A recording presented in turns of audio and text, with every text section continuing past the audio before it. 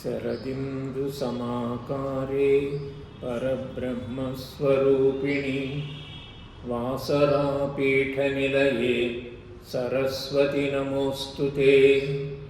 शुक्लां ब्रह्मविचारसारपरमाम् आद्यां जगद्व्यापिनीं वीणापुस्तकधारिणीम् अभयदां जाड्यान्धकारापहां हस्ते स्फाटिकमालिकां विदधतीं पद्मासने संस्थितां वन्दे तां परमेश्वरीं भगवतीं बुद्धिप्रदां शारदाम्।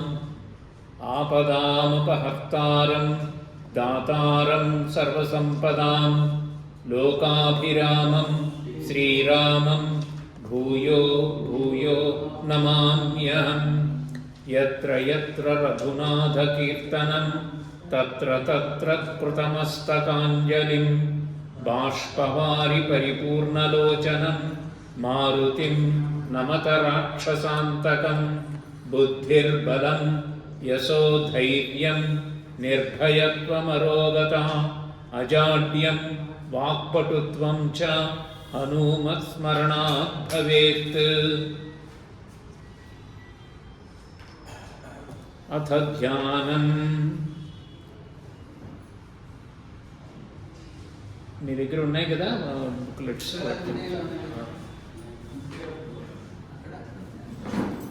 ఓం పార్థాయ ప్రతిబోధితాం భగవతా నారాయణేన స్వయం వ్యాసేన గ్రథితాం పురాణమునినా మధ్యే మహాభారతం అద్వైతామృతవర్షిణీం భగవతీం అష్టాదశాధ్యాయినీం అంబ త్వామనుసందధామి భగవద్గీతే భవద్వేషిణీం। నమోऽस्तु ते व्यास विशालबुद्धे फुल्लारविन्दायतपत्रनेत्र येन त्वया भारततैलपूर्णः प्रज्वालितो ज्ञानमयप्रदीपः। प्रपन्नपारिजाताय स्तोत्रवेत्रैकपाणये ज्ञानमुद्राय कृष्णाय गीतामृतदुहे नमः। वसुदेवसुतं देवं कंसचाणूरमर्दनं देवकी परमानन्दं कृष्णं वन्दे जगद्गुरुं। भीष्मद्रोणतटा जयद्रथजला गान्धारनीलोत्पला शल्यग्राहवती कृपेण वहनी कर्णेन वेलाकुला। अश्वत्थामविकर्णघोरमकरा दुर्योधनावर्तिनी सोत्तीर्णा खलु पाण्डवै रणनदी कैवर्तकः केशवः। पाराशर्यवचः सरोजममलं गीतार्थगन्धोत्कटं नानाख्यानककेसरं हरिकथा सम्बोधनाबोधितं।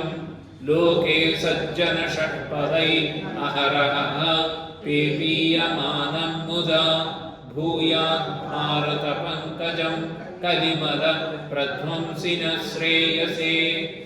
मूकं करोति वाचालं पङ्गुं लङ्घयते गिरिं यत्कृपातमहं वन्दे परमानन्दमाधवम्। यं ब्रह्मा वरुणेन्द्ररुद्रमरुतः स्तुन्वन्ति दिव्यैस्तवैः वेदैः साङ्गपदक्रमोपनिषदैः गायन्ति यं सामगाः ध्यानावस्थिततद्गतेन मनसा पश्यन्ति यं योगिनो यस्यान्तं न विदुः सुरासुरगणा। देवाय तस्मै नमः। श्रीकृष्णपरब्रह्मणे नमः। యథావిధిగా ఈ భానువాసరము సాయం సమయంలో సరస్వతి గ్రంథాలయంలో మనం నిర్వహించుకుంటున్నటువంటి శ్రీమద్భగవద్గీత స్వాధ్యాయ యజ్ఞంకు వచ్చిన మీ అందరికీ శ్రీకృష్ణ పరమాత్మ అనుగ్రహము ఉండుగాక. ఈ రోజున మనము 6వ అధ్యాయమైనటువంటి ఆత్మ సంయమ యోగము, దీనినే ధ్యాన యోగం అని కూడా చెప్తారన్నమాట. ఇవాళ వచ్చిన వాళ్ళందరికీ ఇంక ధ్యానం గురించినటువంటి డౌట్స్ అన్నీ క్లారిఫై అయిపోతాయి. దీంట్లో ఇంక వేరే ఎక్కడికి వెళ్ళక్కర్లా.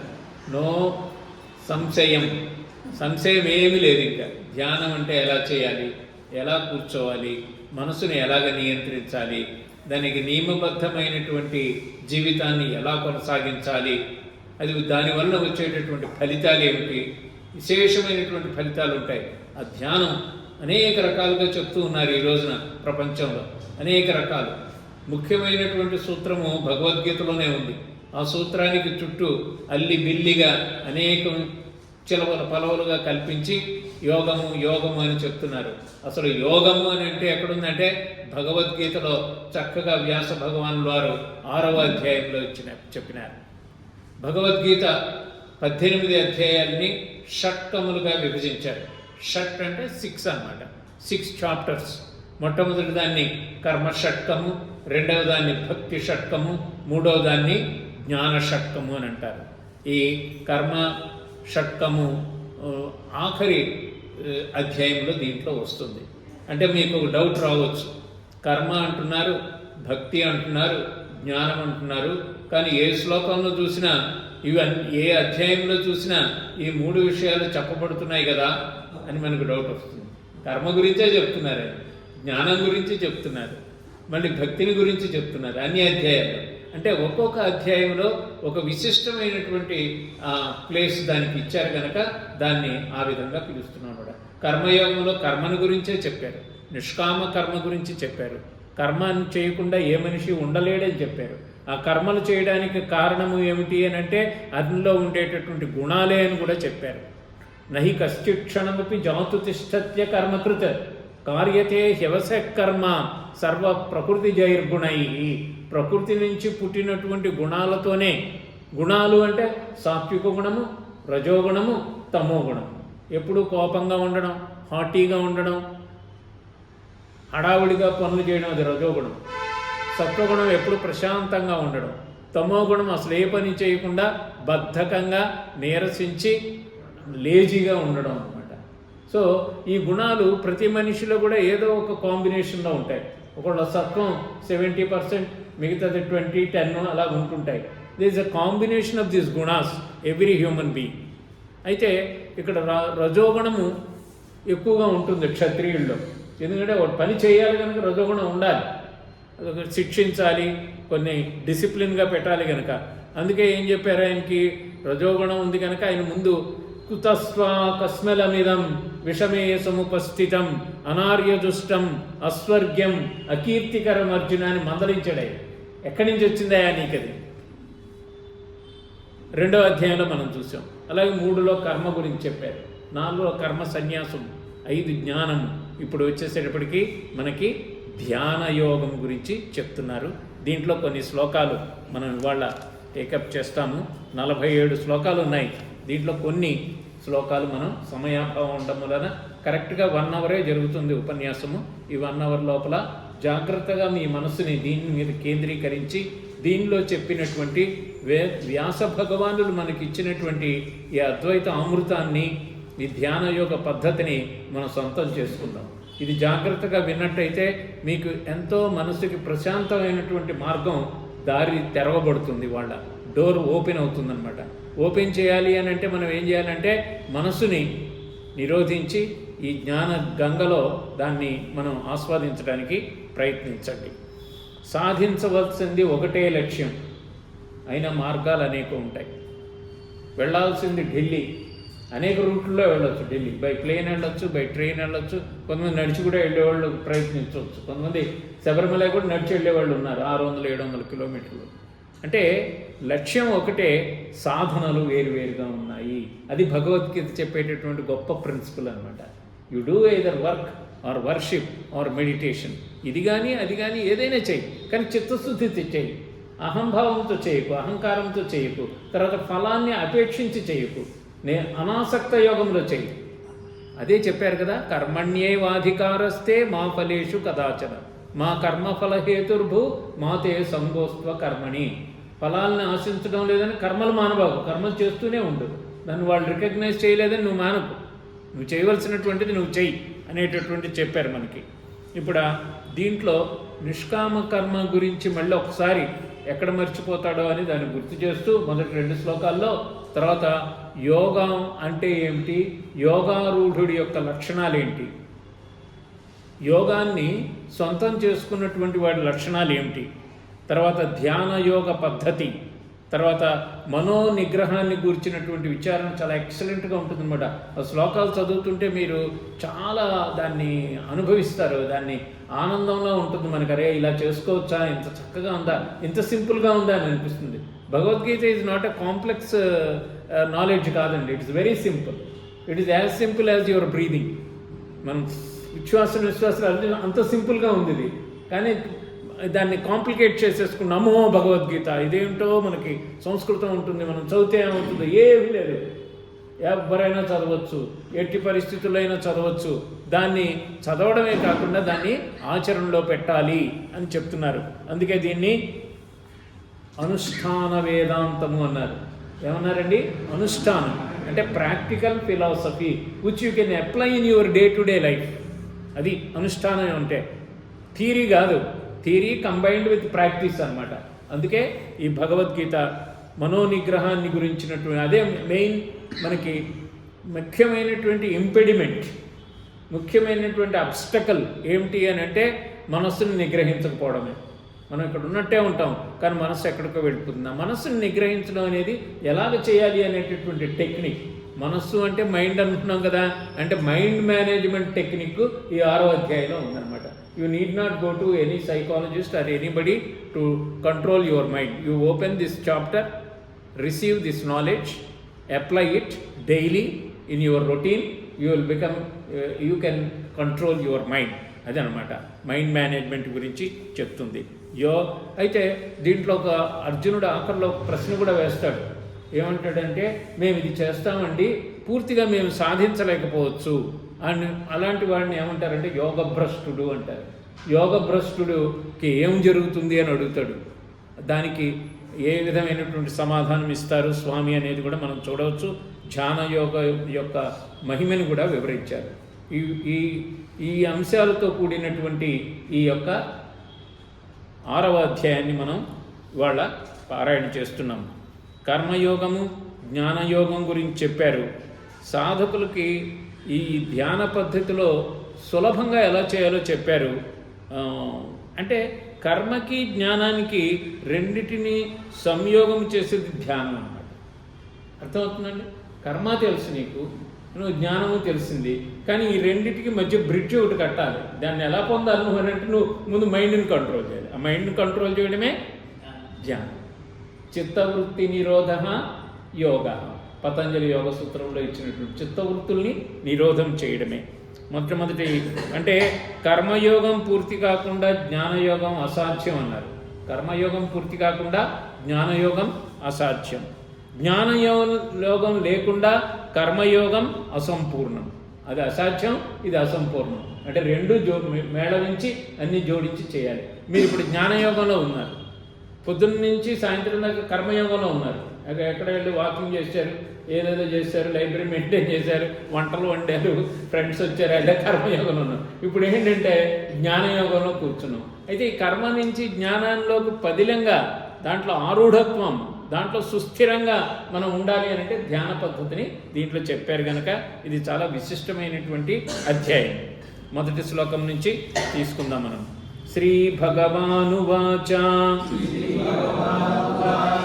అనాశ్రితః కర్మఫలం కార్యం కర్మ కరోతి యః స సన్యాసీ చ యోగీ చ నిరగ్నిర్న చాక్రియః. అంటే కర్మలు ఎవడు చేస్తాడో ఫలాపేక్ష లేకుండా అదే సన్యాసం అంటున్నాడు. సన్యాసం అని అంటే ఏదో హిమాలయ పర్వతాలకు వెళ్ళిపోయి భార్య బిడ్డలను వదిలేసి వెళ్ళిపోయి ఏదో అక్కడ ఉంటూ చేసేది కాదు.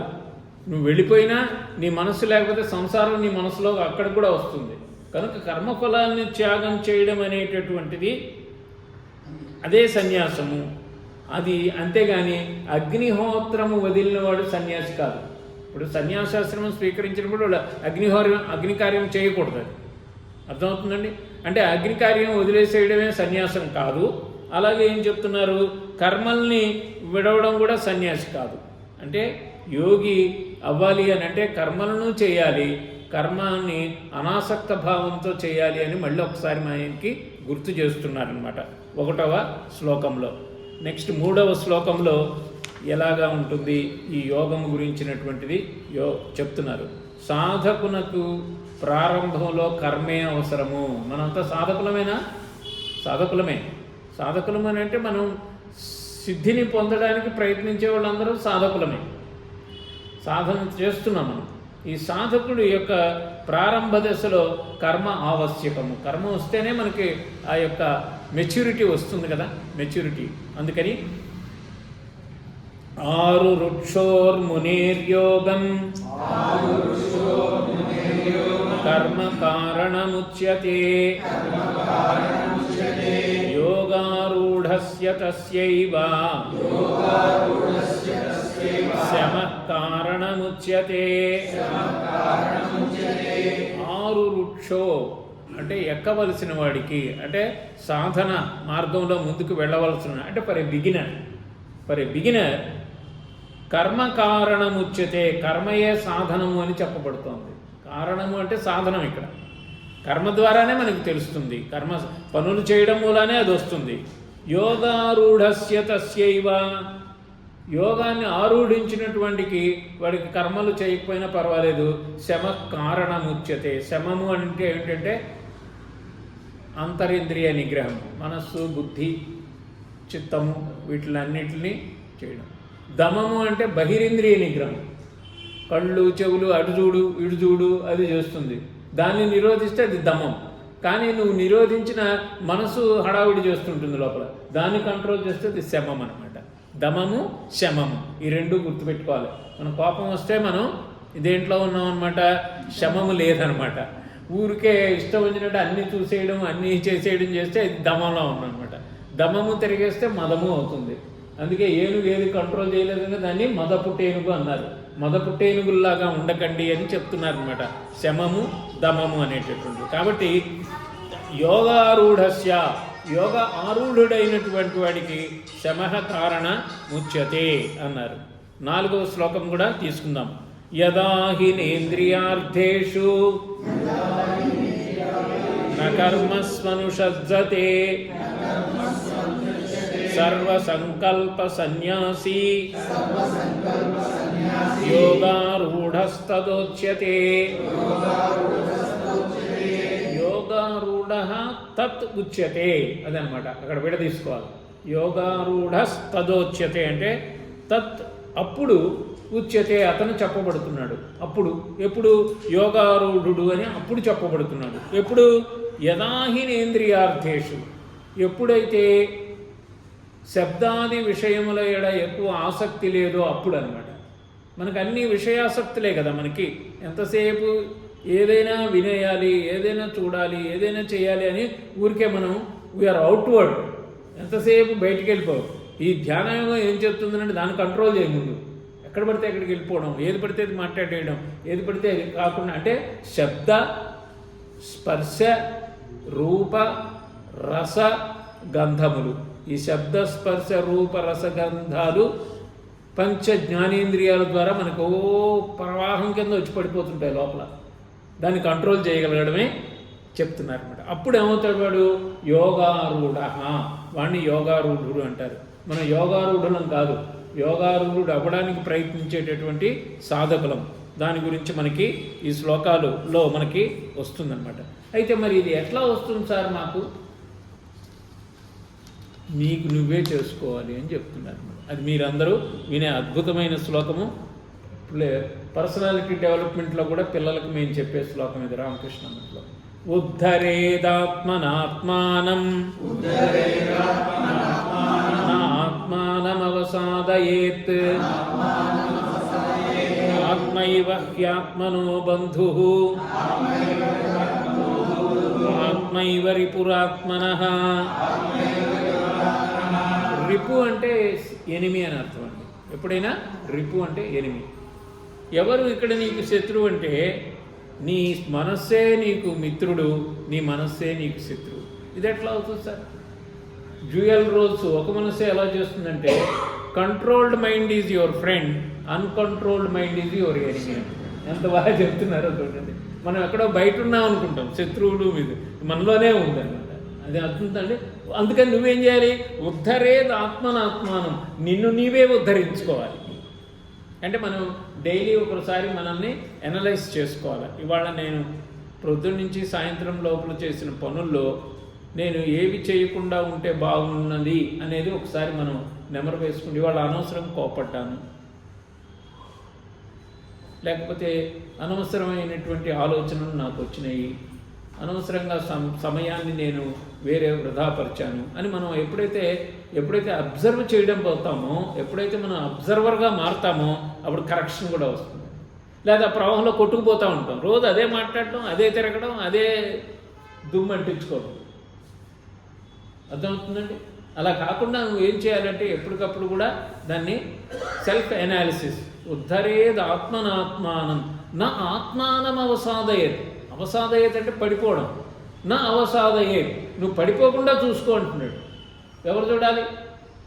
ఇంట్లో తండ్రి చూడాలా, తల్లి చూడాలా, మిత్రుడు చూడాలి, నువ్వే చూసుకోవాలి. ఎంత బాగా చెప్తున్నారండి శ్రీకృష్ణ పరమాత్మ. ఇప్పుడు మనల్ని మనం సంస్కరించు. అందుకే ఇది ఏమన్నారంటే సంస్కరించబడేటటువంటి జ్ఞానం దీంట్లో ఉంది. అందుకే ఈ రోజున ప్రపంచం అంతా కూడా భగవద్గీతను ఎందుకు కొనియాడుతున్నారంటే దీంట్లో మతం గురించి దీని గురించి ఏమి చెప్పలేదు. ఏం చెప్తున్నారనంటే నువ్వు ఎలా సంస్కరించుకోవాలి. సంస్కరించబడినటువంటి మనిషి సమాజానికి ఉపకారం చేయగలడు, కనీసం బర్డెన్ కాడు, అతను దాని బరువు కాడు. దానికి విలువలతో కూడినటువంటి జీవితాన్ని ఎలాగ సాధించాలో చెప్తున్నారు. కనుక మనందరం రోజు మీరు ఈ శ్లోకం చదువుకోవాలి. ఉద్ధరేదాత్మనాత్మానం నా ఆత్మానం అవసాదయేత్ ఆత్మైవ హ్యాత్మనో బంధుః ఆత్మైవ రిపురాత్మనః. అసలు సీక్రెట్ చెప్పేశాడు. బయట చూస్తుంటావు, వాడు నాకు చేశాడు, వీడు చేశాడు, దీనివల్ల పాపం నీలోనే ఉంది, అది నువ్వు దాన్ని కంట్రోల్ చేసుకో అని చెప్తూ దీనికి టెక్నిక్ ఇంకా స్టార్ట్ చేశారు. ఎక్కడి నుంచి స్టార్ట్ చేశారంటే 10వ శ్లోకం నుంచి ఇంకా ధ్యాన పద్ధతిలోకి చక్కగా వచ్చేస్తున్నారు. జాగ్రత్తగా పట్టుకోవాలి ఈ శ్లోకాలు. మీ దగ్గర పెన్ ఉంటే టిక్ చేసుకోండి, ఆ శ్లోకా నంబర్ నోట్ చేసుకోండి. రోజు ఈ శ్లోకాలు చదువుకుంటే మీకు ఏమవుతుందంటే ఆ భావాల్ని మనం నెమరు వేసుకొని దాన్ని మనం అబ్జార్బ్ చేయడం అంటారు, దాన్ని ఎస్సిమ్యులేట్ చేయడం అంటారు. దాన్ని హృదయంలో నింపుకుంటే జీవితం ఎంతో ఆనందమయంగా సాఫీగా జరిగిపోతుందన్నమాట. 10వ శ్లోకం. యోగి యుంజీత సతతం ఆత్మానం రహసి స్థితః ఏకాకీయత చిత్తాత్మా నిరాశీర పరిగ్రహః. యోగి అంటే యోగి అయినటువంటి వాడు అని చూపిస్తున్నారు మీకు. యోగి అయినటువంటి వాడికి ఏమి లక్షణాలు ఉంటాయి అన్నది చూపిస్తున్నారు అన్నమాట. యోగి యుంజీత సతతం అంటే ఏమిటి? యుంజీత అంటే అభ్యాసం చేయడం అన్నమాట. యోగి అనేవాడు ఏం చేస్తున్నాడంటే అభ్యాసం చేయాలి. అభ్యాసం అని అంటే ఏమిటి? రెగ్యులర్గా చేయాలి, వదలకుండా చేయాలి. ఇది భగవద్గీత కానీ ఇవి కానీ మనం ఏదైనా ధ్యానం నేర్చుకోవాలి అని అంటే regularity will only leads to perfection అన్నమాట. ఏదైనా అంతే కదా. మీరు టెన్నిస్ ఆడినా, క్రికెట్ ఆడినా ఏదైనా రెగ్యులర్గా ప్రాక్టీస్ చేస్తూ ఉంటే పెర్ఫెక్షన్ వస్తుంది, బాగా చేయగలరు. ఇది కూడా అంతే. అందుకని యోగి అనేటువంటి వాడు యుంజీతం సతతం, సతతం అన్న మాట వాడాడు. సతతం అంటే ఎల్లప్పుడూ అని అర్థం అన్నమాట. ఓన్లీ సండేసే ధ్యానం చేస్తాను, సండేసే భగవద్గీత అంటే కుదరదు. రోజు కొద్దిగైనా మనం సీనియర్ సిటిజన్స్గా దీన్ని ఆహ్వానించాలి మన జీవితంలోకి. ఏం చేయాలి? ఆత్మానం రహసి స్థితః. ఆత్మానం మనసుని కంట్రోల్ చేయాలి అని అంటే రహస్య స్థిత అంటే ఏకాంత ప్రదేశంలో కూర్చోవాలండి. ముందు ఏకాంతంలో ఎందుకంటే దో గడబడి ఏక్ నిరంజన్ దో గడబడి అన్నాడు ఒకటి. ఇద్దరు మొదలు పెడితే మొదలవుతుంది, ఇంకంతే. ఏం మొదలవుతుంది? ఎక్కడ కొన్నారు ఈ చీర, భలే ఉందే అని, లేకపోతే మీరు ఎక్కడ పోయి వచ్చారా, అక్కడ పోయి వచ్చారా, అదే బాగుంటుందా, అది వెళ్ళిపోతుంది అంతే ఒక మనిషి. అందుకని ఓకే, సమాజంలోనూ human being is a social animal అంటారు కదా, సొసైటీతో మనం కాంటాక్ట్ ఉండాలి, కానీ విత్డ్రా కూడా చేయాలన్నమాట. అదేమిటి? బయటికి వెళ్ళిపోవడం ప్రవృత్తి మార్గము, లోపలికి రావడం నివృత్తి మార్గము అని అంటారు. నివృత్తి ఏంటంటే విత్డ్రా. అదే యోగం. ఏం చెప్తున్నారు? రహస్య స్థిత ఏకాకి, ఒంటరిగా, యతచిత్తాత్మ. ఆత్మ అనేటటువంటిది 3-4 కాన్నోటేషన్స్లో వాడారు. 3-4 రకాల అర్థాలు వస్తాయి. దాన్ని కాంటెక్స్ట్ ప్రకారం దాని అర్థం యతచిత్తాత్మ అంటే నియమించబడినటువంటి మనస్సు కలిగినటువంటి చేసి ఏకాంతంలో కూర్చొని నిరాశీర్ అపరిగ్రహ అంటే తన కాని దాన్ని ఏదైనా పరిగ్రహించకూడదు, దానికి కాని దాన్ని. తర్వాత నిరాశి, అత్యాశలకు పోకుండా ఉండాలి. అంటే మనస్సు ముందు సాధనలో కూర్చోవాలి అని అంటే ఎక్కువ ఆశలు పెట్టుకుంటే మనస్సు అటువైపే పరిగెడుతుంది, గుర్రాలన్నీ అటు పరిగెడుతుంటాయి, దౌడు తీస్తుంటాయి. అందుకని ఉన్న దాంట్లో సంతృప్తిగా ఉన్నాం మనం. ఇంకేముంది? ఇంకా ఎక్కువ ఆశలు కూడా లేవు. మనకు కాని దాన్ని మనం ఆశించడం లేదు. 90% మైండ్ పీస్ఫుల్ అయిపోయింది. మనిషి యాజిటేషన్లో ఎప్పుడు పడతాడంటే తన కాని దాన్ని పట్టుకున్నప్పుడు యాజిటేషన్లో పడతాడు. రావణ బ్రహ్మ కూడా యాజిటేషన్లో పడ్డాడు, తన కానదాన్ని తెచ్చిపెట్టుకున్నాడు, అమ్మవారిని తెచ్చి బాధలు పడ్డాడు కదా. అంటే మనం కూడా మన కాని వస్తువుని ఏదైనా మనం పట్టుకుంటే ఏమవుతుందంటే మనకే లోపలది తొలుస్తూ ఉంటుంది. మనకి ఏంటారు, ప్రికింగ్ కాన్షియస్ అంటారు దాన్ని, మనకు వస్తుందన్నమాట. అందుకని నువ్వు మైండ్ని ఎప్పుడు ప్యూరిఫై చేసుకోవడానికి చక్కటి 10వ శ్లోకంలో మనకి చక్కగా ఇచ్చారు. ఏకాంత ప్రదేశంలో కూడా అందుకే మనం ఒక పూజా రూమో ఏదో ఒకటి అరేంజ్ చేసుకుంటాం, ఒక రూము, ఒక టైం, ఫిక్స్డ్ టైం. ఈ టైంలో ఇంకేమైనా ఫోను అన్నీ వదిలేసి ఇంట్లో వాళ్ళకు కూడా ఒక అరగంట నేను కామ్గా కూర్చుంటాను బాబు, మీరేమనుకోకుండా, తర్వాత వచ్చి అన్నీ మాట్లాడదామని ఒక అరగంట కూడా మనం చక్కగా కూర్చొని ఈ భగవద్గీతలో యోగి యుంజీత సతతం ఆత్మానం రహస్య స్థిత ఏకాకి యతచిత్తాత్మ నిరాశీర పరిగ్రహ అనేటటువంటి దాన్ని మనం సాధనం చేయాలి. అయితే దీనికి ప్లేస్ ఎలా ఉండాలన్నది కూడా 11వ శ్లోకంలో మనకి ఇస్తున్నారు. శుచౌ దేశే ప్రతిష్టాప్య స్థిరమాసనమాత్మనః నాత్యుచ్ఛ్రితం నాతి నీచం చేలాజిన కుశోత్తరం. ఇప్పుడు కూర్చునేటటువంటి ప్రదేశము శుచిగా ఉండాలంటున్నారు. శుచౌ దేశే ప్రతిష్టాప్య. నువ్వు అక్కడ నీళ్లు ప్రవహించేది లేకపోతే చీమలు అవి తిరుగుతుంటే కూర్చున్నావు అనుకో, అమ్మ ధ్యానం అని కూర్చున్నావు, చీమ కుట్టంగానే ధ్యానం పోయాయి, లేదా నీళ్లు రాగానే ఇదంతా తడిగా ఉందిరా అని లేచిపోతాం. అందుకని first arrange your place of meditation. శుచిగా ఉండాలి. శుచౌ దేశే ప్రతిష్టాప్య స్థిరం ఆసనమాత్మన. స్థిరాసనంలో కూర్చోవాలి. స్థిరమాసనమాత్మన, స్థిరమైనటువంటి ఆసనంలో కూర్చోవాలి. ఎందుకు అస్థిరమైన ఆసనం అంటే ఉయ్యాల్లో నేను ధ్యానం చేస్తాను సార్ అంటే కుదరదు. ఎందుకంటే ఉయ్యాల్లోంచి నువ్వు పడిపోతావు అనే భయం కూడా లోపల ఉంటుంది.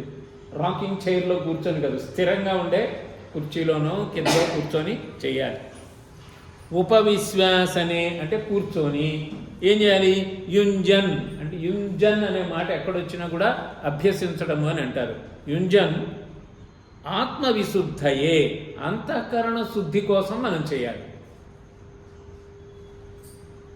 ఇది ఎవరో మనం గుర్తింపుల కోసం సర్టిఫికెట్ల కోసం చేసేది కాదు. To cleanse your mind, to purify your intellect you are doing. అది గుర్తుపెట్టుకోవాలి. అది నీకు చక్కగా చేసుకోవాలి. శుచిమైన ప్రదేశము, స్థిరమైనటువంటి ఆసనము అవి చేసుకుంటూ ఎలాగ మనసుని కంట్రోల్ చేయాలనేది మనకి ఇస్తున్నారు. 13వ శ్లోకంలో కూడా ఇస్తున్నారు. సమం కాయ శిరోగ్రీవం ధారయన్నచలం స్థిరః సంప్రేక్ష్య నాసికాగ్రం స్వం దిశాశ్చానవలోకయన్. స్వం అని ఎందుకు విడిగా చెప్పానో చెప్తాను. సమం కాయ శిరోగ్రీవం. కాయం అంటే ట్రంక్, మనం శరీరం, శిరస్సు ఇది, గ్రీవం అంటే మెడ. సమం కాయ శిరో, అన్నీ ఒకే అలైన్మెంట్లో సమంగా ఉండాలి. ఇలా కూర్చొని ధ్యానం చేయడం కుదరదు, దానివల్ల నర్వస్ సిస్టమ్ మీకు యాక్టివేట్ కాదు. ఇంకొక సీక్రెట్ ఏంటంటే అందరిలో కూడా కుండలిని శక్తి మీకు మూలాధార చక్రంలో ఉంటుంది.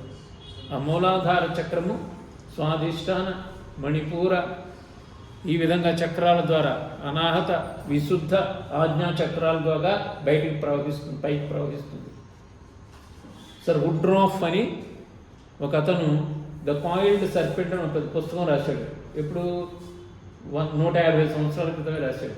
సంస్కృతం నేర్చుకొని అనేక మంది సాధువుల్ని కలిసి హిమాలయ పర్వతాల్లో అన్ని చోట్లకు వెళ్ళి ఏమిటి కుండలిని శక్తి అనే దాని మీద థియోసాఫికల్ సొసైటీ వాళ్ళు దాన్ని పబ్లిష్ చేశారు. ది కాయిల్డ్ సర్పెంట్, కుండలిని శక్తి.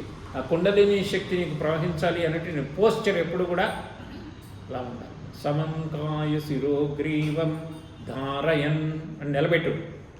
అచలం, అచలం అంటే చలనం లేకుండా. స్థిరం,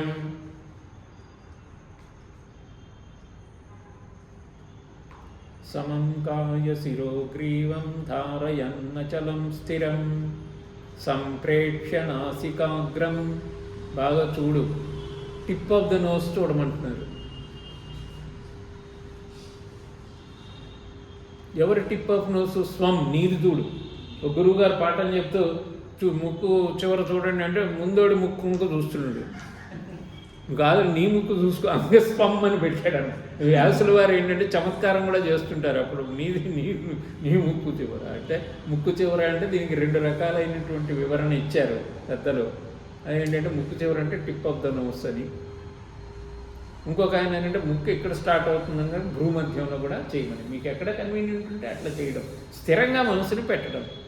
ఎప్పుడైతే నీకు మనస్సుని, నీ దృష్టిని అక్కడ కేంద్రీకరించావో, శరీరాన్ని ఎప్పుడైతే నిటారుగా ఇలా పెట్టినావో, నేను ధ్యాన మార్గంలో ఉన్నాను, నన్ను ఏది కూడా ఎక్స్టర్నల్ శక్తి ఏ విధమైనటువంటిది నన్ను డిస్టర్బ్ చేయలేదు అనే ఒక సంకల్పం తీసుకున్నావు అనుకో, ఒక 5 నిమిషాలు కూర్చున్నా okay. Slowly you increase it. 5 minutes, 10 minutes, 15 minutes మీరు కూర్చోగలిగితే మీరు రమ్మన్నా రారు అక్కడికి. ఆ టైంలో నేను ఇది చేసుకోవాలని అంటారు. అంత చక్కగా చెప్తున్నారు అనమాట. ఏం చెప్తున్నారు? దిశాశ్చాన్ అనవలోకయన్. మళ్ళీ ఒక కాషన్ గురించారు. అవలోకయన్ అంటే చూడడం, బాగా ఇలా చూడడాన్ని అవలోకించాడు అంటాడు. అనవలోకయన్, చూడకుండా, దిక్కులు చూడు, ముక్కు చూస్తూనే ఉంటాడు, మళ్ళీ ఇట్లా కళ్ళు చూస్తుంటాడు. అలా కుదరదు. దిశాశ్చాన్ అంటే టెక్నిక్ అంతా. అందుకే ధ్యాన పద్ధతి అనేది దీంట్లో చక్కగా సవిస్తరముగా ఇచ్చారని మీకు నేను చెప్పాను. తర్వాత ఏం చేయమన్నారు? మరి ఇవన్నీ చేయాలి అని అంటే మేము ఇలాగ మనసుని కంట్రోల్ చేయాలి, శరీరాన్ని ఇలాగ పెట్టుకోవాలి అని అంటే ఏం చేయాలి అనేటటువంటిది 17వ శ్లోకంలో ఇచ్చారు. ఎంత కావాలో అంతే ఆహారం తీసుకోమన్నారు. ఊరికే వెళ్ళాం కదా ఇవాళ బాగా భోజనాలు అవి చేస్తే కంట్రోల్ ఉండదు. ఆ శ్లోకం అద్భుతమైన శ్లోకం వస్తుంది. అంటే ఆహారపు ఆహారము విహారము ఎలా చేయాలో దీంట్లో ఉంది. కంప్లీట్ ఇంటిగ్రేటెడ్ సెల్ఫ్ మేనేజ్మెంట్ అంటారు. అంటే హోలిస్టిక్ అప్రోచ్ టువర్డ్స్ లైఫ్, సంపూర్ణ వ్యక్తిత్వ వికాసానికి బాటలు వేసేటటువంటిది భగవద్గీత. ఏం చెప్తున్నారు చూడండి. యుక్తాహార విహారస్య యుక్తచేష్టస్య కర్మసు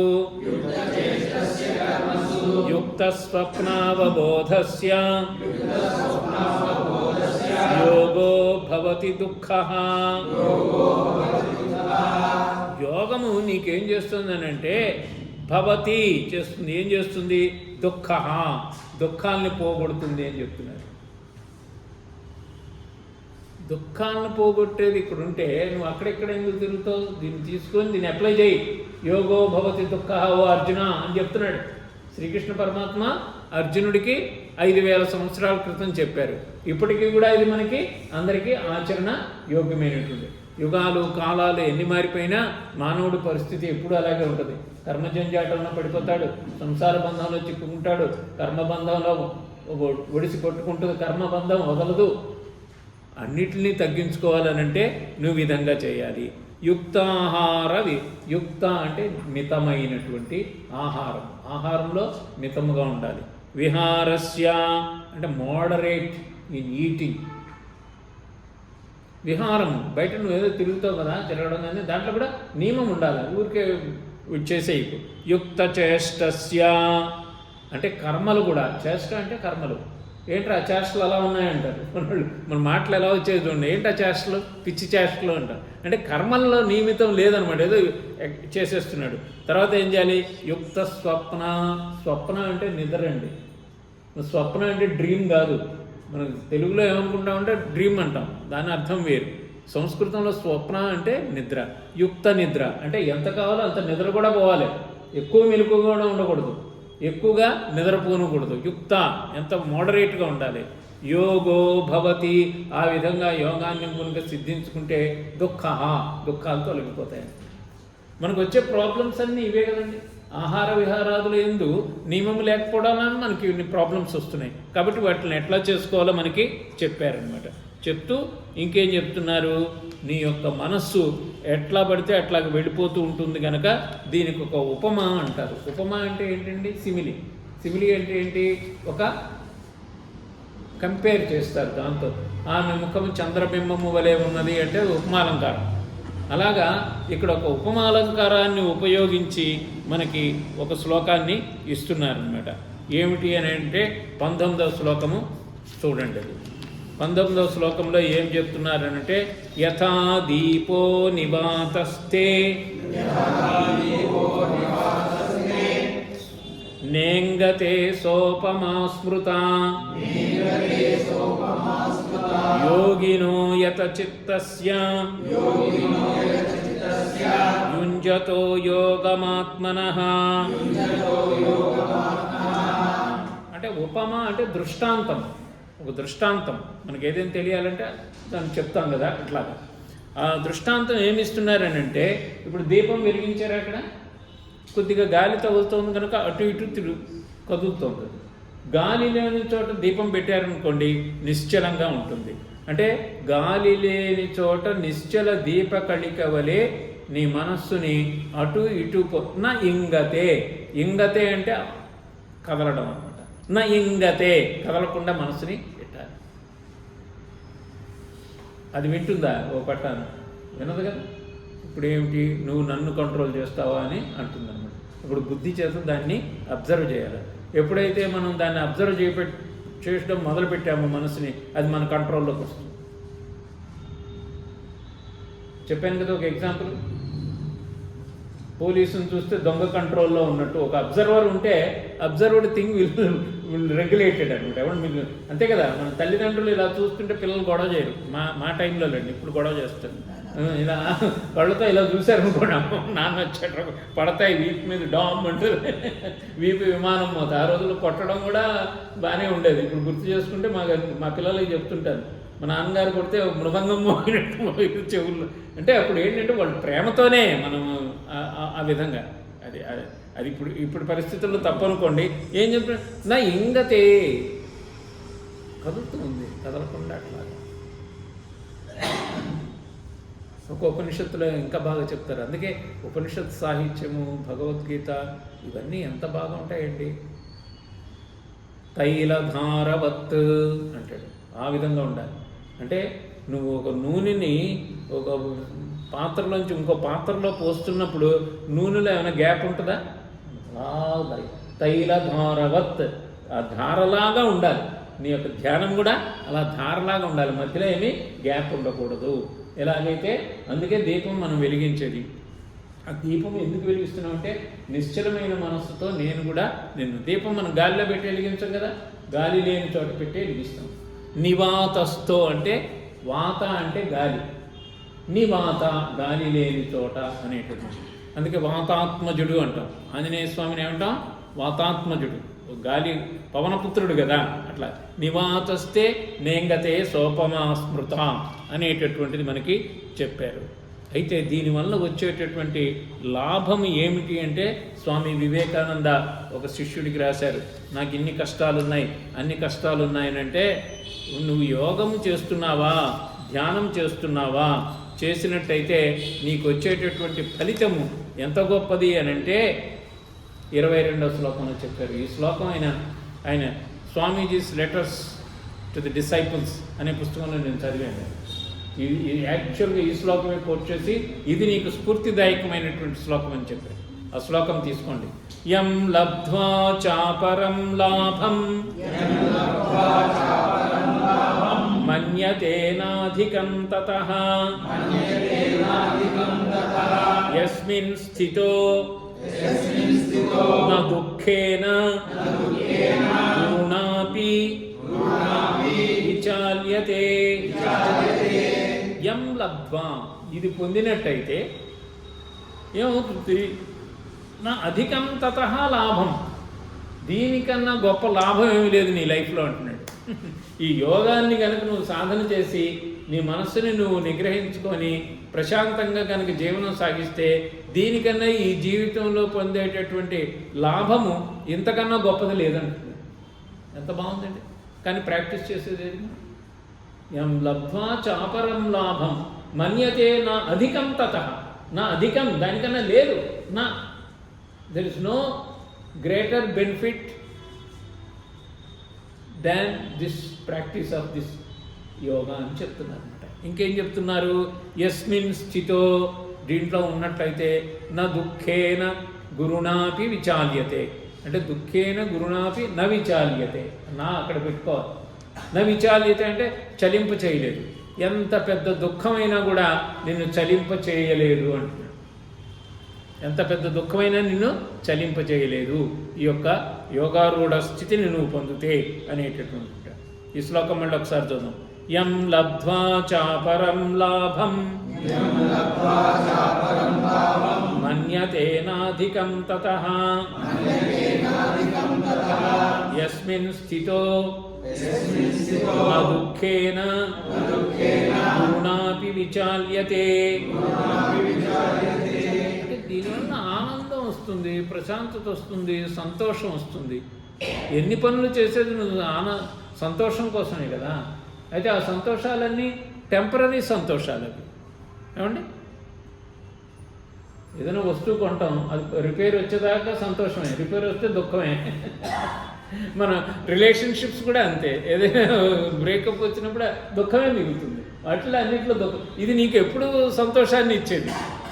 ఇది చెప్తున్నాను అనమాట. ఈ సీక్రెట్ ఇది. నువ్వు అసలు బెస్ట్ ఫ్రెండ్ని వదిలేసి వాటి పనికిరాని వాటి అంటే ఎందుకు పడతావు అని చెప్తున్నాడు. అది చెప్తూ ఇంకేమంటున్నారు? ఇది ఏమంటున్నారు? ఇంతకంటే గొప్ప లాభం లేదు నువ్వు ఈ జన్మలో పొందవలసింది. లాభం గురించి చెప్తున్నారు. ఇంకేం చెప్తున్నారు? దీన్ని అనిర్బిడిన పట్టుదలతో దీన్ని నేను సాధించాలి అని చెప్తున్నారు. పట్టుదల కావాలి. మీరు ఇన్ని డిగ్రీలు సంపాదించారు, ఇన్ని ఉద్యోగాలు చేశారు, ఎంతో గొప్ప మెటీరియలిస్టిక్ లైఫ్లో, లౌకిక జీవితంలో మీరు చాలా సాధించారు. నా ముందు కూర్చున్న వాళ్ళందరూ, పిల్లలు తప్ప, పిల్లలు కూడా చేస్తున్నారు. అయితే దాన్ని ఎంత పట్టుదలతో చేస్తున్నారు మీరు? అదే పట్టుదలని నువ్వు ఎలాగైతే లౌకిక వ్యవహారాల్లో చేసావో పారమార్థికంగా అంటే స్పిరిచువల్ లైఫ్లో కూడా నువ్వు చేస్తే నీ లైఫ్ బ్యాలెన్స్. అర్థం?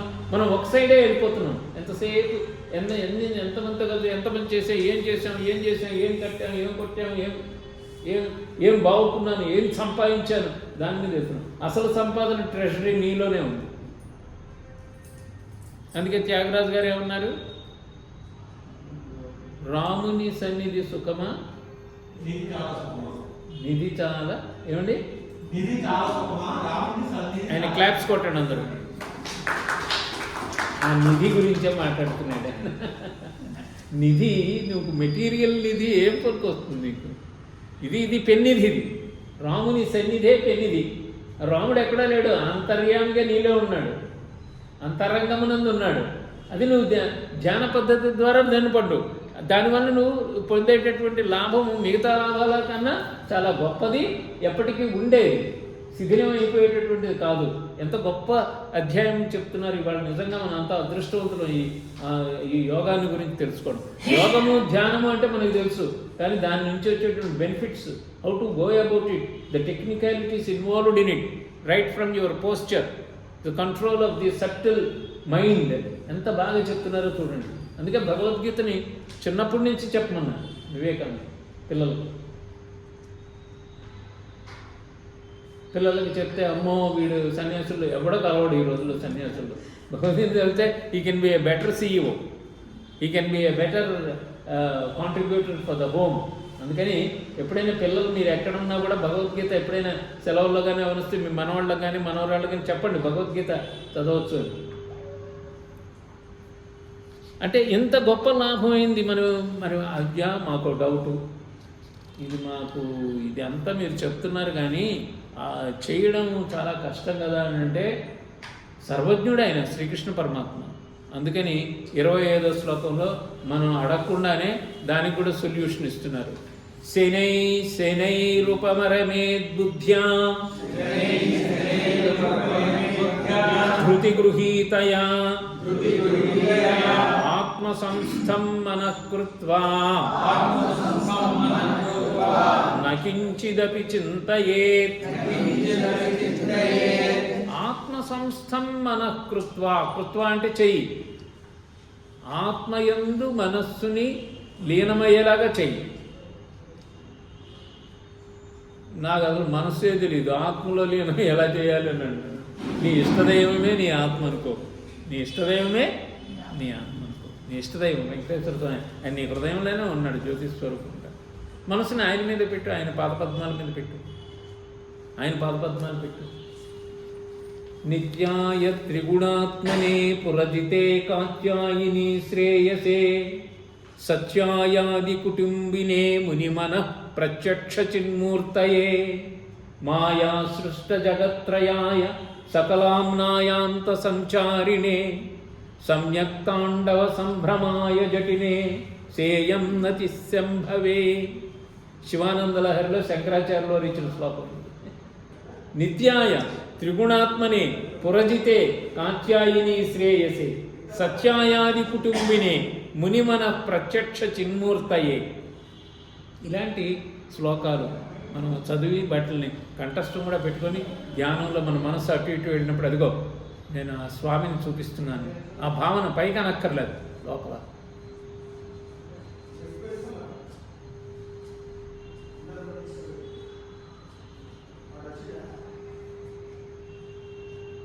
రోజు కొద్దిగా చేయండి.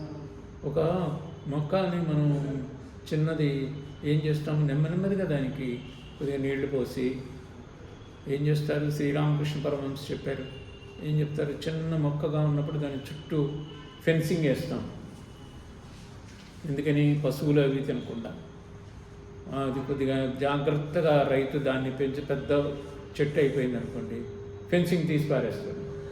తీసేసి ఆ పశువునే తీసుకొచ్చి దానికి కడతాడు.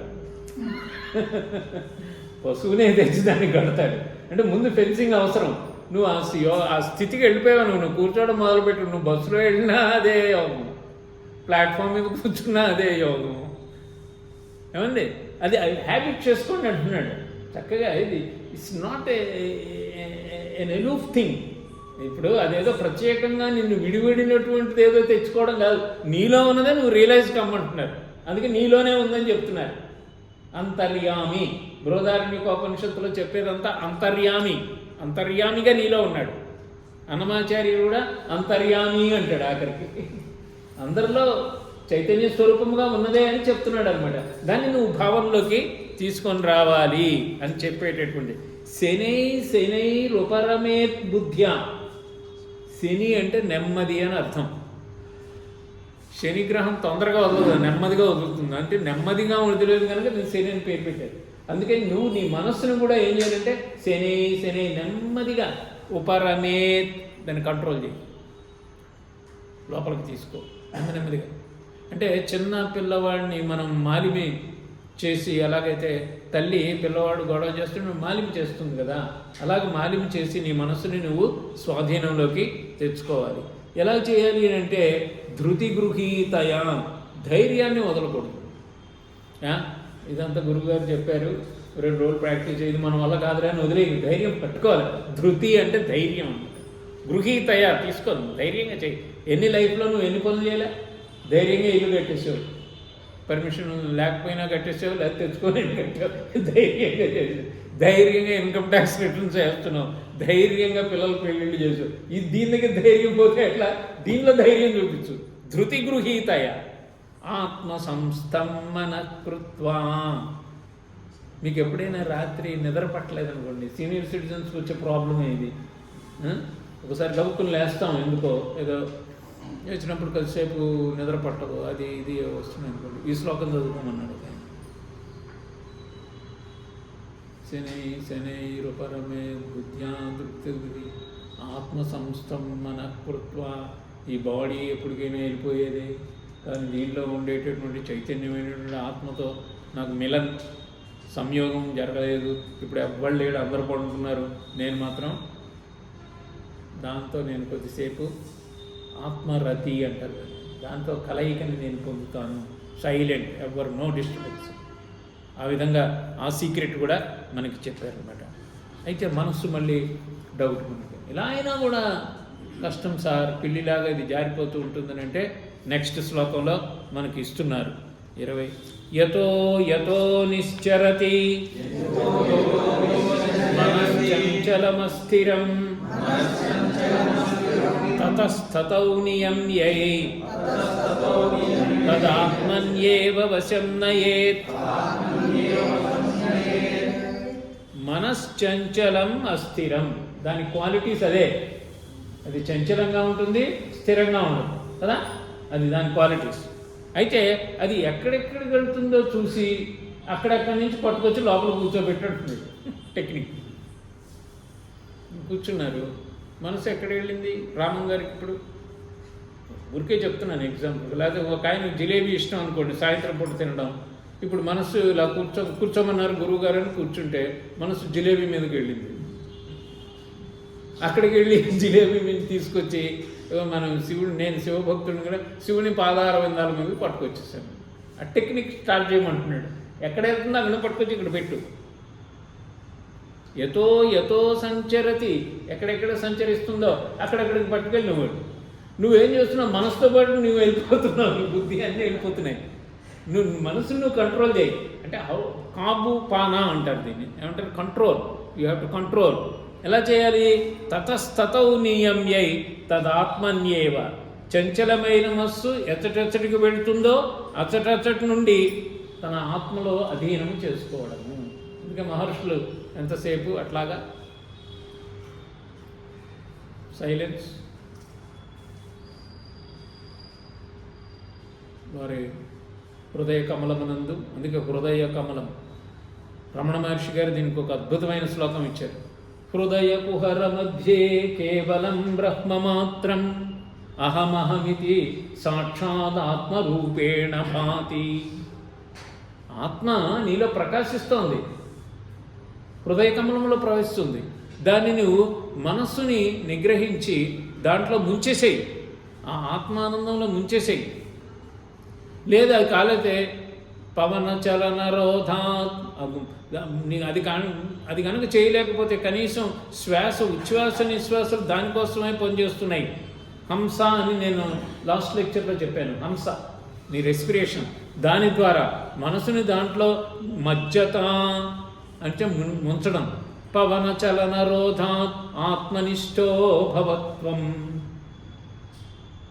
త్వం నీవు ఆత్మనిష్ఠువు కాదు, నిష్ఠాగరిష్ఠుడు అంట కదా. నిష్ఠ, ఆత్మనిష్ఠ ఉండాలి మనకి. ఆత్మనిష్ఠ అంటే రోజంతా పనులు చేస్తున్నా ఏదో ఒక సమయంలో మనము ఆ యొక్క భగవత్ స్వరూపాన్ని హృదయార విందమునందు దర్శించడం, అదే ఆత్మానుభూతి. దాన్ని పొందడం స్లోగా వస్తుంది, నెమ్మదిగా వస్తుంది అనేటటువంటిది. దాని తర్వాత మనకి ఎక్కడున్నాడు ఈ భగవంతుడు అంటే ఎలాగ పొందాలి అని అంటే, నారదులు గారు ఉన్నారు కదా మనకి ఒక ఎగ్జాంపుల్. ఇప్పుడు కూడా నారదులు గారు ఏంటంటే ఎప్పుడు అక్కడ ఎక్కడ తిరుగుతుంటాడు, త్రిలోక సంచారి కదా. ఆయనకి లోపల నేను నారాయణ నారాయణ అన్నీ తిరుగుతున్నాను కదా, అతనిలో కూడా ఒకసారి సహజం లేక కథ కోసం మనకు చెప్పుంటారు పాఠం నేర్చుకోవడానికి. అహంకారం ఏమొచ్చిందంటే నేను సతతము హరినామస్మరణ చేసేవాడిని, నాకన్నా భక్తుడు ఎవడు లేడు అని ఒక చిన్న ఐడియా వచ్చింది ఆయనకి. అయితే మరి వచ్చినప్పుడు మనం ఎవరినైనా అడిగి తెలుసుకోవాలి కదా, అందుకని వెళ్ళి డైరెక్ట్గా విష్ణువు నీకు భక్తులలో అగ్రగణ్యుడు ఎవరు అన్నాడు అని ఈయన పేరు చెప్తాడు అనుకోండి. ఆయన చెప్పలే, నవ్వేసి వదిలేశాడు. నవ్వేసి వదిలేస్తే మరి ఇప్పుడు డౌట్, నేను అవునా కాదా తెలియలేదు కదా. ఇప్పుడు ఆయన చిదానంద స్వరూపుడు, ఆయన విష్ణుమూర్తి. సరే రేపు పొద్దున్నే రా అన్నాడు, నాతో రా అన్నాడు. దిగి వచ్చి ఒక పల్లెటూరులో 4-5 గేదెలు ఆవులు చేసుకునే ఒక చిన్న రైతు ఉన్నాడు. అతను చూడు ఏం చేస్తున్నాడు. పొద్దున్నే లేచాడు, ఆ నొలక మంచం మించి సూర్యభగవానుడు అప్పుడప్పుడే అరుణ రేఖలు వస్తున్నాయి. ఆయన నమస్కారం పెట్టాడు. ఆయన సూర్యభగవానుడు వేదస్వరూపుడు, ఏం తెలియదు అతనికి. నువ్వే సూర్యుడు, ఆయన వస్తేనే పంటలు పండుతాయి, వర్షాలు వస్తాయని ఎవరో చెప్పారు. దండం పెట్టేసాడు. నాగలి బుధాన్ని వేసుకున్నాడు. చద్దిబువ్వ పట్టరా అని వెళ్ళిపోయినాడు. వెళ్ళిపోయి పొలం దున్నేటప్పుడు భూమాతకు దండం పెట్టాడు. నారాయణ నారాయణ నారాయణ అన్నాడు. సూర్యుని దండం పెట్టుకుని నారాయణ అంతా చేశాడు. ఆమె చద్దిమూట పట్టుకొచ్చింది, తిన్నాడు. నారాయణ నారాయణ అని కాసేపు పండుకున్నాడు చెట్టు కింద. మళ్ళీ పొలం దున్నుకున్నాడు. అంతా అలసిపోయాడు. మధ్యాహ్నం సాయంత్రం ఇంటికి వచ్చాడు. మళ్ళీ స్నానం చేశాడు. భోజనం పెట్టింది ఆమె. పండుకోపోయేటప్పుడు మళ్ళీ నారాయణ నారాయణ అని పండుకున్నాడు. వీడు నా భక్తులలో అగ్రగణ్యుడు ఇతను అన్నాడు.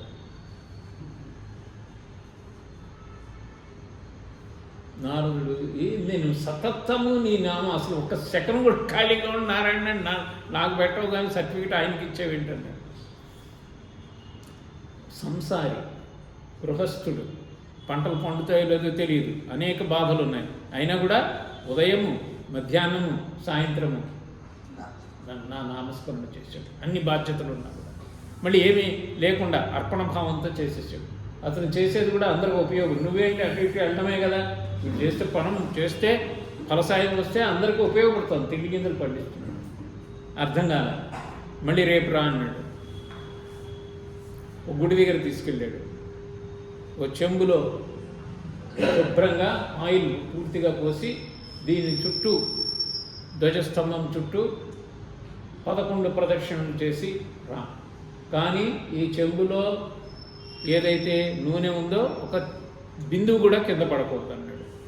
మనోడు హ్యాపీగా నారాయణ నారాయణ నారాయణ అని పట్టుకున్నాడు. ఇవన్నీ పెట్టాడు, ఆయన యొక్క వీణ అవన్నీ Narayana Narayana. First round Narayana Narayana, second round నుంచి చెంబు మీద కాన్సన్ట్రేషన్. ఎందుకంటే దీంట్లో ఆయిల్ డ్రాపు కింద పడకూడదు అంటే తిరిగి అంటే ఏమైంది, నీ యొక్క సాధన ఏమైంది, దీని మీద పెట్టేటప్పటికి అది పోయింది. కానీ అంత వ్యవసాయం చేసి అన్ని కష్టాల్లో ఉన్నా ఉదయము మధ్యాహ్నము సాయంత్రము. నీకు భార్య ఉందా, పిల్లలు ఉన్నారా, వాళ్ళకు రోగాలు ఉన్నాయా, పశువులు ఉన్నాయా, వాటి బాధలు ఏంటి, వాటిలన్నీ చూసేది. కాబట్టి అంటే మనం చేసేటటువంటి పనులు అప్పుడు ఆయన లెప్పలేసుకున్నాడు. అవును స్వామి, నా అహంకారానికి సరైన ఇది ఇచ్చినావు నువ్వు అని చెప్పి. అంటే మనం ఏ పని చేస్తున్నా కూడా లోపల అంతర్వాహినిగా భగవన్నామస్మరణము దాని యొక్క స్ఫురణ ఉండాలి అని మనం చెప్పాం.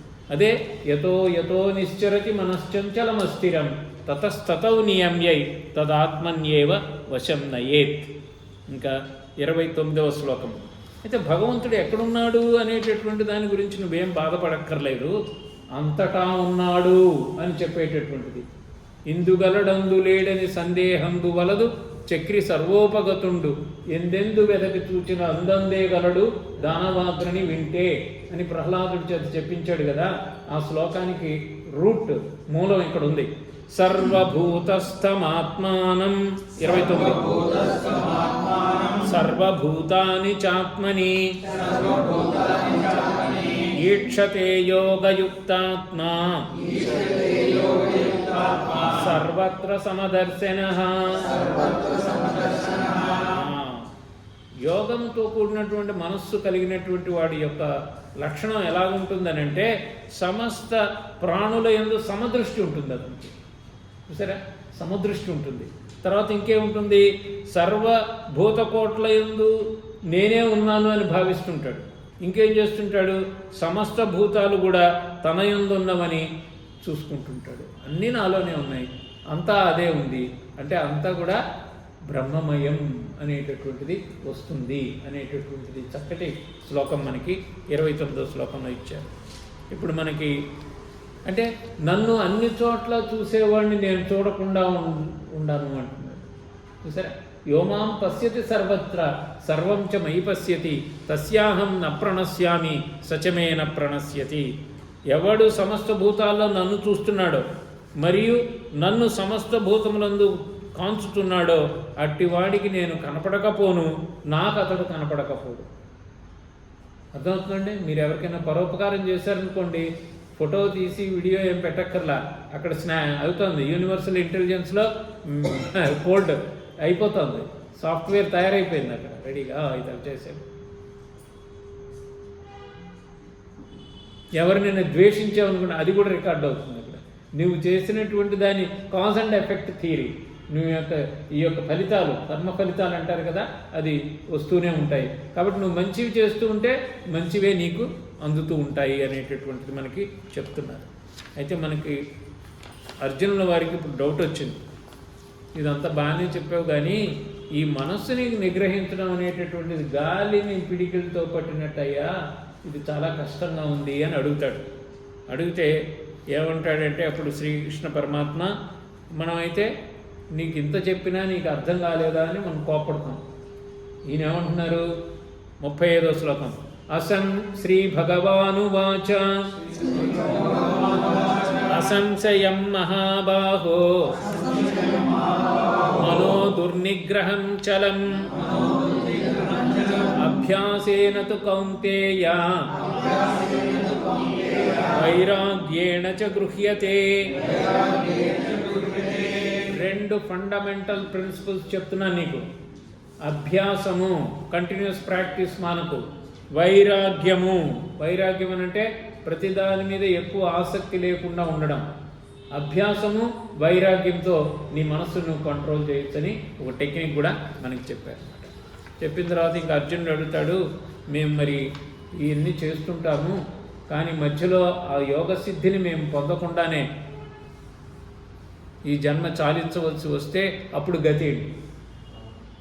నా ఘర్కా నా ఘాట్కా, అది ఇది కాదు అది కాదు, ఇహం లేదు పరం లేదు, వాడి సంగతి ఏంటి అని అడిగాడు. అప్పుడు శ్రీకృష్ణ పరమాత్మ చిరునవ్వుతో ఏం చేశారని అంటే, అలాంటి వాడు తప్పకుండా కూడా నెక్స్ట్ జన్మల్లో ఏమవుతాడనంటే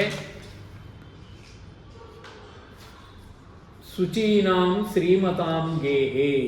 శుచి అయిన ఇంట్లో, శ్రీమంతుల ఇంట్లో, శ్రీమంతులు అంటే డబ్బులు ఉన్నవాళ్ళని కాదు, ఈ ఆత్మజ్ఞానం వాళ్ళకు కలిగినటువంటి వాళ్ళ ఇంట్లో పుట్టి ఆ యొక్క ఇదివరకు ఎక్కడైతే తాను వదిలేశాడో యోగాన్ని అక్కడి నుంచి ఫర్దర్గా కంటిన్యూ చేస్తాడు. దీనికి ఎగ్జాంపుల్స్ ఎవరంటే రమణ మహర్షి గారు. ఆయన సంసారికి పుట్టాడు కదా ఆయన. అంటే ఇదివరకు చేయవలసింది ఇంకా సిద్ధి కొద్దిగా మిగిలిపోయింది, అది ఈ జన్మ తీసుకున్నారు. శంకరాచార్యులు గారు, శ్రీరామకృష్ణ పరమహంస, వివేకానంద స్వామి, అరవింద యోగి, లిస్ట్ ఈజ్ ఎండ్లెస్. వీళ్ళందరూ ఎలాగయ్యారు? వాళ్ళకి ఎందుకు వచ్చేస్తుంది? వాళ్ళకి భగవద్గీత చదవాలని కానీ, భగవద్గీతకు వ్యాఖ్యానం రాయాలని కానీ వాళ్ళకి ఎట్లా వచ్చింది? పూర్వజన్మ వస్తుంది. కాబట్టి నీవు ఇది వరకు చేసినటువంటి శ్రమ వృధా కాదు అని చెప్తున్నాను.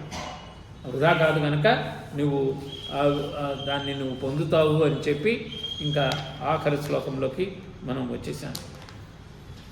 ఏం చెప్తున్నారు ఆఖరి శ్లోకంలో అంటే, ఒకటేనయ్యా, నీకు 46 శ్లోకాల్లో చెప్పినటువంటి ధ్యాన యోగ పద్ధతి కానీ, యోగారూఢుడి యొక్క లక్షణాలు కానీ, మనసుని ఏ విధంగా నియంత్రించవలసింది అన్నీ చెప్పిన తర్వాత ఒక్కటే ఒకటి నోట్ చేసుకో.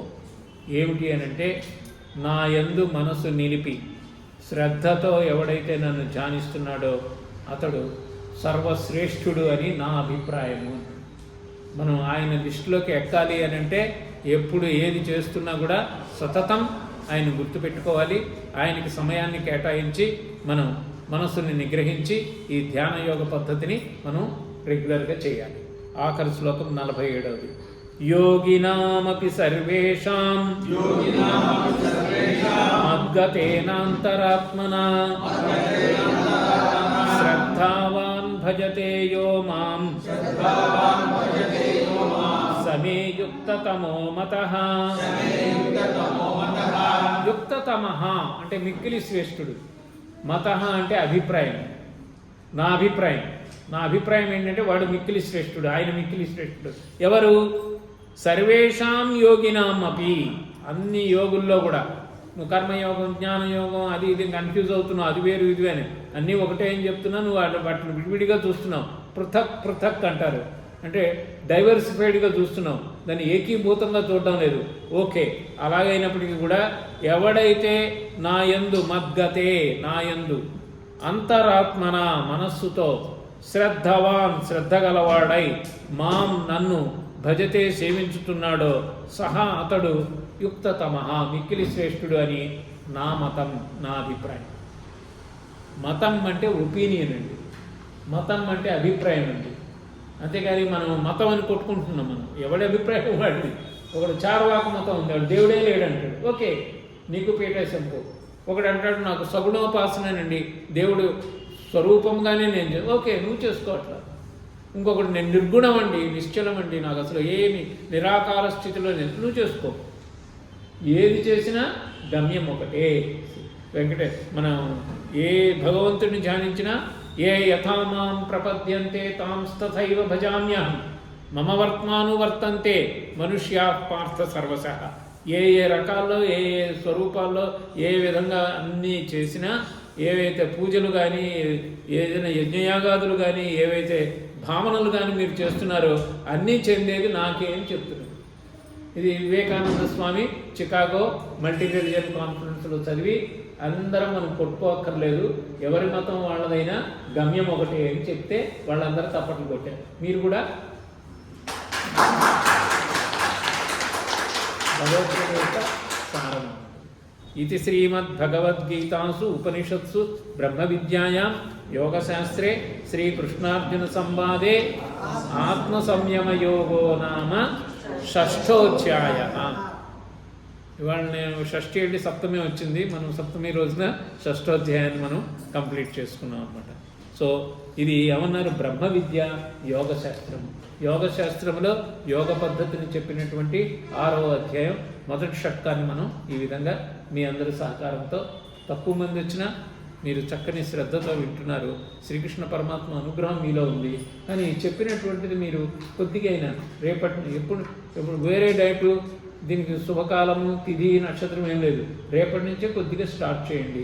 ఆ స్టార్ట్ చేసింది రోజు దాన్ని డెవలప్ చేసుకొని మనం ఆత్మ అభ్యున్నత మార్గంలో మనం ప్రయాణించాలని నేను తెలియజేస్తూ ఈ ఉపన్యాస కూడా మీ హృదయంలో వసిస్తున్నటువంటి వాసుదేవునికి ప్రసాదంగా సమర్పిస్తూ సెలవు తీసుకుంటున్నాను.